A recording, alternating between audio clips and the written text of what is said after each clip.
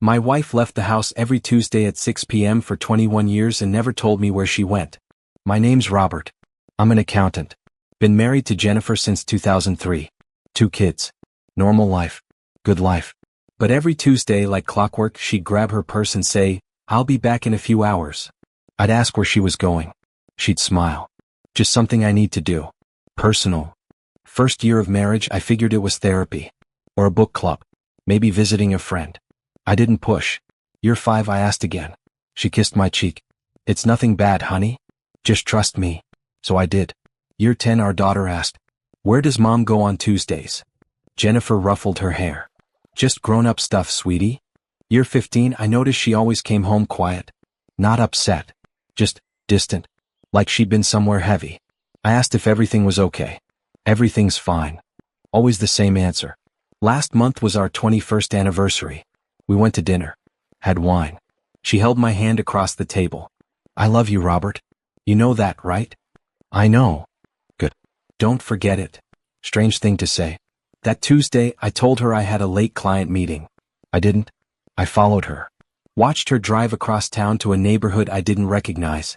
She parked in front of a small house. Knocked on the door. A man answered.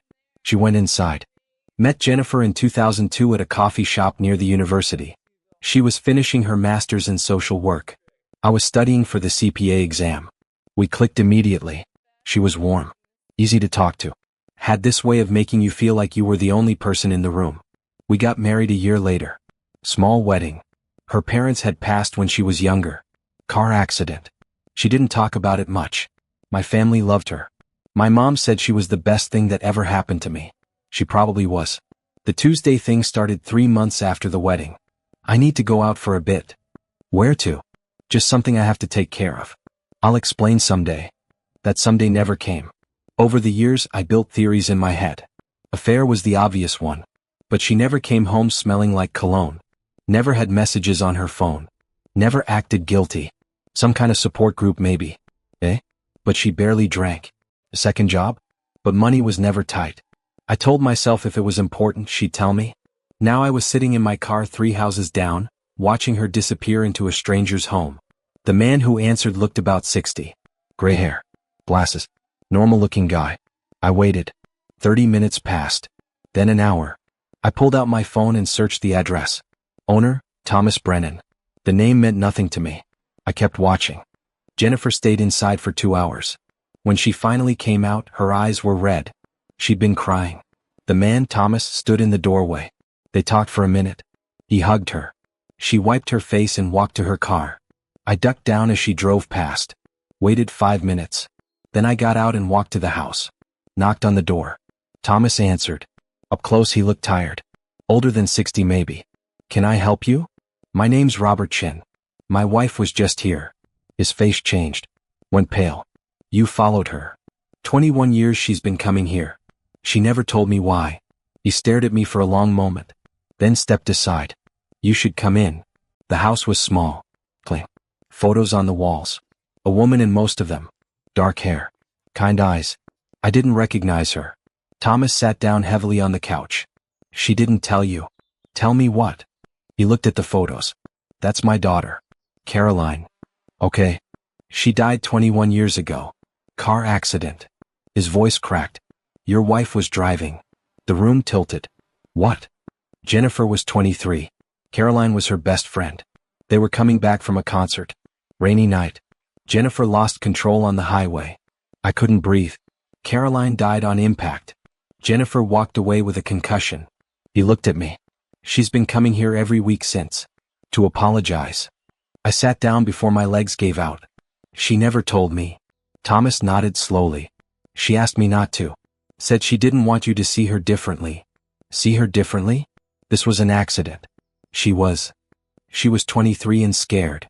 He stood up and walked to a bookshelf. Pulled out a photo album. Opened it. Pictures of 2 young women. Smiling. Arms around each other. Jennifer looked so young. Happy. They were inseparable, Thomas said.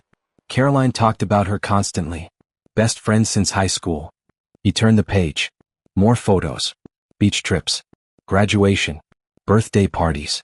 After the accident, Jennifer came to the funeral. Tried to talk to me. I wasn't kind. His hand shook. I blamed her. Told her she killed my daughter. Told her I never wanted to see her again.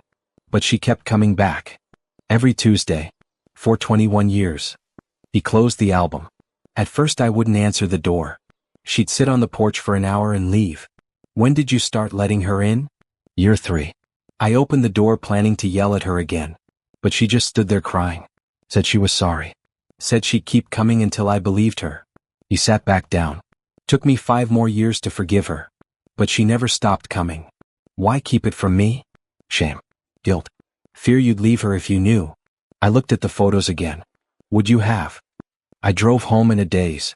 Jennifer's car was in the driveway. Lights on in the kitchen. I sat in my car for 10 minutes trying to figure out what to say. When I walked in, she was at the sink washing dishes. She turned. Saw my face. The plate slipped from her hands. Shattered on the floor. You followed me. I didn't deny it. Robert. 21 years, Jen. She stood there. Frozen. You've been carrying this alone for 21 years. I couldn't tell you. Her voice broke. I couldn't let you know what I did. It was an accident. I killed her. She was crying now. Art.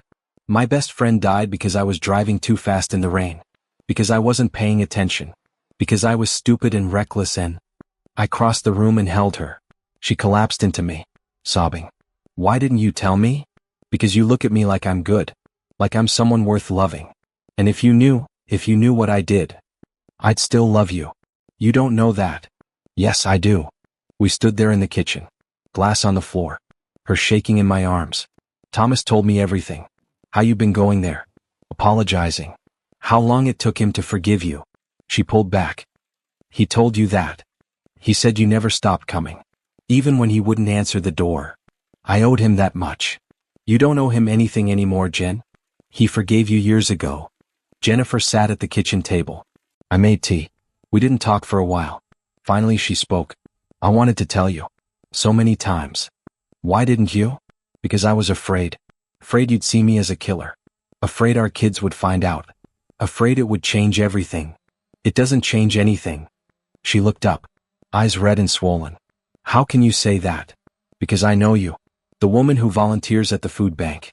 Who stayed up all night when our son had pneumonia. Who's been visiting a grieving father for 2 decades because you couldn't live with yourself otherwise. That doesn't erase what I did. No. But it shows who you are. She wiped her face. Thomas is sick. That caught me off guard. What? Lung cancer. Stage 4. He told me 3 months ago. Her voice shook. That's why I asked if you loved me at dinner. I knew he didn't have much time left. And once he's gone, there's no one left who knows. No one except me. And now me. She nodded. How long does he have? Weeks. Maybe a month. I reached across the table. Took her hand. Then we go together. What? Next Tuesday. We both go. You don't have to do this alone anymore. She started crying again. You do that. I'm your husband. I should have been doing it all along. That Tuesday we drove to Thomas's house together. Jennifer's hand shook when she knocked. He opened the door. Looked surprised to see me. Robert. Mr. Brennan. He looked thinner than last week. But he smiled when he saw Jennifer. You brought him. I did. Good. He stepped aside. Come in. We sat in his living room. Jennifer next to me. Thomas across from us in his recliner. He looked at me. She told you everything? She did. And you're still here. I am. He nodded slowly. You're a good man. Caroline would have liked you. Jennifer's breath hitched. Thomas reached for a box on the side table. Opened it. Pulled out a bracelet. This was hers. I've been holding on to it for 21 years. He handed it to Jennifer. I want you to have it. Thomas, I can't. You can. You've earned it. His eyes filled. You gave me 21 years of Tuesdays. You never gave up on me. Even when I gave up on myself. Jennifer took the bracelet. Held it like it was made of glass. I'm so sorry. I know you are. I forgave you a long time ago. I just wish I'd told you sooner. She leaned forward and hugged him. He held her tight. Thank you for not forgetting her. Never. We stayed for 2 hours. Looked at photos. Shared stories about Caroline. Thomas laughed more than I expected. When we left, he walked us to the door. Same time next week? Jennifer smiled through tears. Same time. Thomas passed away 3 weeks later. Jennifer got the call on a Thursday morning. His neighbor found him in his recliner. Peaceful. The funeral was small. A few relatives. Some old friends. Jennifer spoke. Told everyone about the Tuesdays. About Caroline. About forgiveness. There wasn't a dry eye in the room. After the service, Thomas's sister approached us. Older woman. Kind face. You're Jennifer. Yes. He talked about you constantly. Said you were like a second daughter. Jennifer broke down. I held her while she cried. The sister handed her an envelope. He wanted you to have this. We opened it in the car. Inside was a letter. Thomas's handwriting. Jennifer, thank you for 21 years of grace. You gave an old man purpose when he had none. Caroline would be proud of the woman you became. Forgive yourself now. You've earned it. Thomas. Also in the envelope, a photograph. Young Jennifer and Caroline. Smiling at the camera. On the back in Thomas's writing, sisters in all but blood. Jennifer held it to her chest. That Tuesday we drove to Thomas's house out of habit. Stood on the porch. She laid flowers by the door. Goodbye, Thomas. We drove home together. Hand in hand. She never went back on Tuesdays after that. Didn't need to anymore. The secret that haunted her for 21 years was finally laid to rest. And so was the weight she'd carried alone.